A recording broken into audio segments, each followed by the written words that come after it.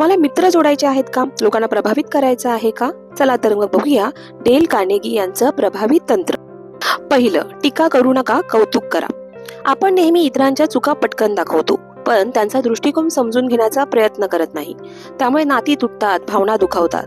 त्यामुळे टीका करू नका, पण एखाद्याने खरंच चांगलं काम केलं असेल तर लगेच शाबासकी द्या. हे छोटंसं पाऊल नातं मजबूत करतं.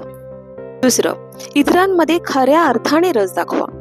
जो कोणी सभोवतालच्या माणसांबद्दल आस्था दाखवेल, त्यांची आपुलकीने चौकशी करेल, तो त्यांचं लक्ष, वेळ आणि सहकार्य मिळवू शकतो. तिसरं, हसा आणि नजरेला नजर द्या. कृती ही शब्दांपेक्षा अधिक बोलकी असते. तुमच्या एका हसण्याचा अर्थ होतो, तुला भेटून मला आनंद झाला. चौथं, नावं लक्षात ठेवा. लोकप्रियता मिळवण्याचा सगळ्यात सोपा, खात्रीचा आणि महत्वाचा मार्ग म्हणजे लोकांची नावं लक्षात ठेवणं. कारण प्रत्येकाला आपलं नाव हेच सगळ्यात जास्त महत्वाचं वाटतं. पाचवं, उत्तम श्रोता बना. इतरांना स्वतःबद्दल बोलण्यास प्रोत्साहन द्या.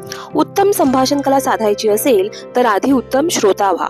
लोकांना असे प्रश्न विचारा ज्याची उत्तरं देणं त्यांना आवडेल. लोकांना त्यांच्याबद्दल बोलण्यास, त्यांच्या यशाबद्दल बोलण्यास प्रोत्साहन द्या.